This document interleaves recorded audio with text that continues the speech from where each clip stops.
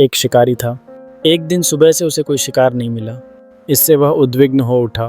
उसके पास एक विष बुझा तीर था। हताश और क्रोधित शिकारी गहन वन में प्रवेश कर गया। उसे कुछ मृग दिख पड़े।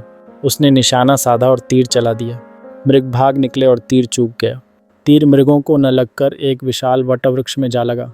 शिकारी समझ गया कि यह वृक्ष अधिक दिनों का मेहमान नहीं है। वह अपने गांव चला गया। उस वृक्ष पर अनेक पक्षी रहते थे। वे वृक्ष पर लगे फल खाते और गीत गाते थे। विष बुझे तीर के प्रभाव से वृक्ष सूखने लगा। डालियां सूखकर जमीन पर गिरने लगीं। पक्षी भयभीत होकर घोंसला छोड़ने लगे। उस विशाल वृक्ष के कोटर में एक तोता निवास करता था। वृक्ष पर आए इस संकट से वह चिंता में पड़ गया। वह कई सालों से यहीं रहता था और इस संकट की घड़ी में वृक्ष को छोड़कर जाना नहीं चाहता था।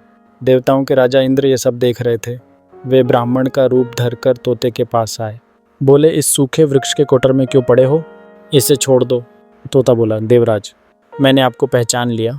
आपका स्वागत है। इंद्र अचंभित थे। बोले, इस वृक्ष की उम्र पूरी हो चुकी है। इसमें अब फल नहीं आएंगे। तुम किसी अन्य विशाल वृक्ष पर चले जाओ। वहाँ फल मिलेंगे, साथ ही पक्षी मिलेंगे, हरे पत्तों से बाका कोटर मिलेगा। यहाँ तुम सुरक्षित नहीं हो। तोते ने कहा, देवराज, यह वृक्ष जन्म से मेरा साथी है। मैंने इसी वृक्ष के कोटर में आंखें खोली, यहीं बड़ा हुआ, इसी वृक्ष पर शिक्षा पाई। इसी वृक्ष ने बड़े बड़े संकटों में मेरी सुरक्षा की। इसी पर खेला कूदा। अब इस संकट की घड़ी में मैं इसे कैसे छोड़ दूं? तोते की बात सुनकर देवराज इंद्र मन ही मन प्रसन्न हुए। कहने लगे, मैं तुम पर प्रसन्न हूँ। तुम कोई वर मांग लो। तोते ने कहा, वर ही देना है तो इस विशाल वृक्ष को पुनः हरा भरा कर दीजिए। बस मैं यही चाहता हूँ। इंद्र बोले, ऐसा ही हो।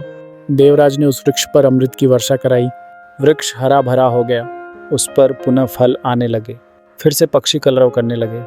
देवराज बोले, साथी हो तो तुम्हारे जैसा। वृक्ष ने भी तोते की खूब प्रशंसा की। सच्चा साथी वही होता है जो संकट में साथ देता है। संकट ही सच्चे मित्र की पहचान कराता है।